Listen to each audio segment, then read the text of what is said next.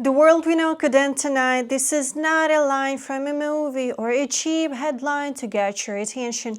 These are the exact words of Donald Trump, and he just sent a message that will definitely change everything, that will make the hair on your neck stand up. He talked about the end of the entire civilization, suggesting that a culture that has existed for thousands of years is now in the crosshairs of a global storm. He was talking about Iran, obviously. While most people were sleeping, the first parts of these became real. Kharg Island, the very heart of the Iranian oil machine, is burning right now. We're seeing explosions that are changing the numbers on every gas station screen across the globe. Oil has reached a 13-year high in Russia, and this is just the beginning of the first act. Tonight, I'm going to take you behind the curtain of this escalation. We'll talk about why the global elites are terrified, why young people are being turned into human shields, and how a simple failed flight to North Korea explained the collapse of the whole new world order. You need to listen closely because the stability you see outside your window is much thinner than you think. I'm here to guide you through this chaos. My name is Blondie War, and I track the moves that our mainstream media often ignores. I look at the money, the secret orders, and the real fears of those in power. We're living through a historical shift, and understanding it is the only way to protect your future, your children, your family. If you value deep analysis and hard facts over propaganda, make sure to subscribe to this channel and hit the like button. It helps this information reach more people who are tired of being kept in the dark. Now, let's look at the fire that is currently consuming the global economy. Let's talk about Kharg Island. The average person is just the small land of the Persian Gulf, but to the global economy, it is the jugular vein. Almost all of the Iran's oil exports, over 90% pass through this single point. If this island stops breathing, the global oil market goes into cardiac arrest. Tonight, reports from the Merck news agency confirmed multiple explosions on the island. These happened exactly as Donald Trump ramped up his rhetoric to an extreme level. He isn't just talking about a military strike, he is talking about a total wipeout. When he says a civilization will perish tonight, he is signaling to every investor and every military commander that the old rules of measured response are gone. Look at the numbers. Russian oil has hit its highest price in 13 years because the market is terrified of a total supply cut from Middle East. If Iran is removed from the map of oil producers, there is no easy way to fill that hole. But here's the scary part. This isn't just about money. The Iranian government is desperate. They have started calling for athletes and young people to form human chains around their power plants. In 2026, a major regional power is using its own youth as a physical war against high-tech missiles. That's crazy, guys. They know they can't stop American hardware with technology, so they're using human lives to create a moral political scandal. This tells us the threat of an American strike is more real than ever, and the Iranian leadership feels their defense system are not enough. They're gambling with lives, hoping that the image of victims will stop the kinetic event. Situation in Tehran has reached a level of desperation we haven't seen in modern history.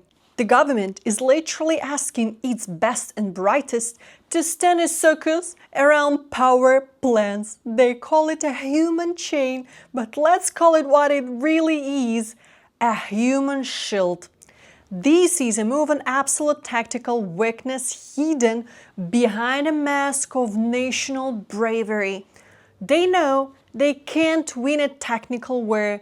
If the United States decides to use its military hardware, no air defense system in Iran can guarantee protection. And students on these sides, the Iranian leadership is trying to hack the Western mind. They want to make the political cost of an attack higher than a military gain. They're just gambling with lives to save their equipment, but this strategy often backfires. When you put civilians in a kinetic zone, you aren't just protecting a building. You're preparing a tragedy for the news cameras. It shows that the state has run out of real weapons. They are fighting a 21st century war with 19th century psychology. For the youth standing there tonight, the risk is not just a missile strike. It's the fact that their own government views them as disposable assets in a geopolitical game. While the Middle East is burning, another silent conflict is happening inside the Russian elite. You might think that every official in Moscow wants to shut down the internet and build a digital wall, but the truth is much more complicated. According to recent insiders, not a single high-ranking official has openly supported the total blocking of the internet lately. Is it a sudden love for freedom of speech? Absolutely no, it's a pure fear. These officials understand that the Russian state is now built on the internet. Every tax payment, every banking transaction, and even military logistics depend on global network protocols. If they pull the plug to stop the flow of the information, they might accidentally stop the flow of money and power. They are afraid that a digital iron curtain will turn into a digital prison for the government itself. They are stuck between the need for control and the fear of a total system failure. This internal sabotage shows a huge crack in the system. The technocrats are quietly fighting the ideologies because they know that in 2026, a country without a global connection is not fortress, it's a diorama where no one can find the exit. Now let's look at a perfect example of how alternative alliances are failing in the real world. Recently, Russian airlines Nordwind tried to launch flights from Moscow to Pyongyang. On paper, it sounded like a strategic shift.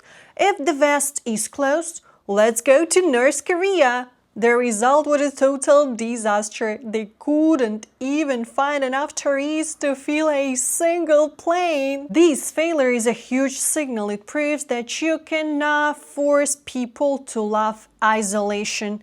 Even the most loyal citizens do not want to exchange their comfort for a trip to closed regime. You can sign all the military hardware agreements you want, but you cannot build a successful economy or a tourism sector based on mutual misery. The empty seats on the flight to Pyongyang represent the reality of the new world order. People still want to be part of the global civilization Trump is threatened to destroy. They don't want to live in a special operation zone forever. Isolation is a product that nobody wants to buy even when it's only thing on the shelf. We're watching a high-stake gamble where the prizes are oil, power, and the future of the entire cultures. Do you think Donald Trump is actually ready to trigger the end of a civilization? Or this is just his way to pushing oil prices to a point where the world begs for a deal? And more importantly, if the oil prices keeps rising, how will it change your life next month? Leave a comment below. I read every single comment once. Your perspective helps us piece together this puzzle. If you found this deep dive useful, don't forget to share it with someone who wants it. Knowledge is the only protection we have in times of chaos. I am Blondie War, and I'll see you in the next videos. Stay sharp!